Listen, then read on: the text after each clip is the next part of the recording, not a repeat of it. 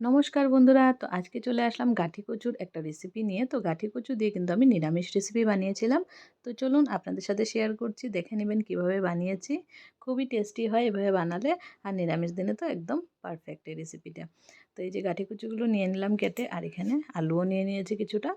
তো আমি আলু দিচ্ছি, আলুটা অপশনাল, আপনারা যদি মনে করেন আলু ছাড়া করবেন তাহলে আলু ছাড়াও করতে পারেন।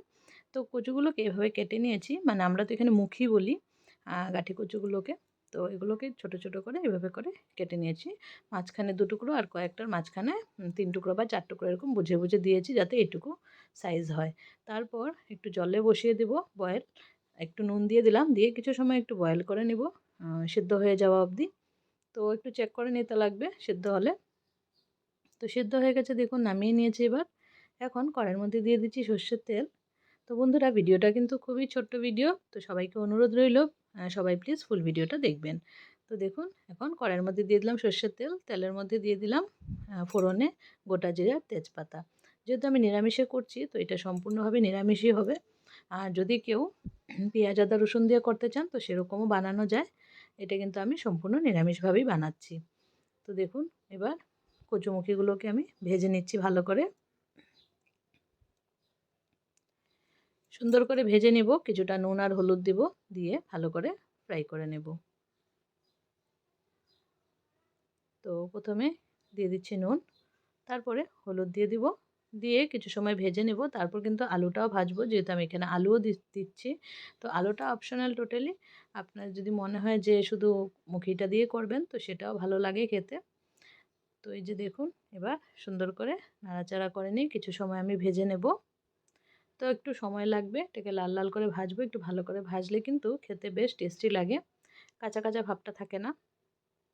তার জন্য চেষ্টা করবেন একটু ভেজে নেওয়ার, তাতে কিন্তু স্বাদটা একদম দ্বিগুণ হয়ে যাবে।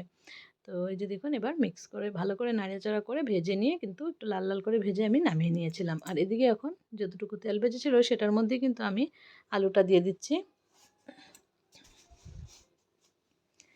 আলুর মধ্যে দিয়ে দিব হলুদ, আর দিয়ে দিব নুন, দিয়ে আলুটাকেও সুন্দর করে ভাজবো।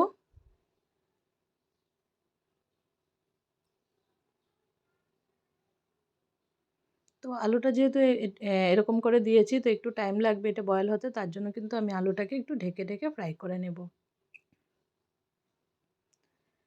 তো এই যে দেখুন, আলুটা কিন্তু মোটামুটি ভাজা হয়ে গেছে, আমি কিন্তু এটা ঢেকে ঢেকে ভেজে নিয়েছিলাম। তো ঢেকে ভেজে নিলে একসাথে বয়েল হয়ে যাবে, আর অনেকটা সময় কম লাগবে রান্নাটা হতে। আর খুব চটজলদি কিন্তু রেসিপিটা রেডিও হয়ে যায়। আপনারা কিন্তু একবার অবশ্যই বানিয়ে দেখবেন যদি না বানিয়ে থাকেন। তো দেখুন, সব কিছু ভেজে কিন্তু আমি তেলটা যতটুকু এক্সট্রা ছিল সেটা আমি তুলে নিয়েছি, যেহেতু আমি খুব কম তেলে রান্নাটা করার চেষ্টা করছি। তো এবার তেলটা তুলে নিয়ে কিন্তু আমি এখন কড়াইয়ের মধ্যে দিয়ে দিলাম যেগুলো ভেজে রেখেছিলাম, কচুমুখিটা আর আলুটা। এবার এটার মধ্যে দিয়ে দিব মশলা, লঙ্কার গুঁড়ো দিয়ে দিলাম, আর দিয়ে দিচ্ছি জিরে গুঁড়ো। তো আমি যেহেতু তেলটা কমালাম, তার জন্য কিন্তু আমি আলুটাকে ভেজে তুলেছি, না হলে তোলার দরকার ছিল না, একবারে মশলাটা দিয়ে কিন্তু রান্নাটা হয়ে যেত। তো এবার গুঁড়ো মশলাটা দিয়ে সুন্দর করে নাড়াচাড়া করে নিচ্ছি, আর এটার মধ্যে কিন্তু ঘি আর গরম মশলা দেবো লাস্টে। তো বেশি কিছু উপকরণেরও দরকার নেই, খুব মানে কম উপকরণেই রেসিপিটা রেডি হয়ে যাবে, আর খেতে কিন্তু দুর্দান্ত লাগবে।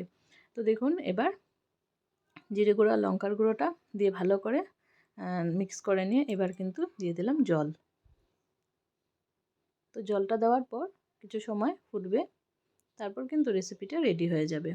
তো আমি গ্রেভিটা এতটুকু রেখেছি, আপনারা গ্রেভিটা আপনাদের চয়েস মতো রাখবেন। আমি একটু রেখেছি, কারণ কি মুখির মধ্যে আর আলুর মধ্যে দুটোর মধ্যে কিন্তু জলটা একটু টেনে যাবে মানে ঠান্ডা হয়ে গেলে, তার জন্য।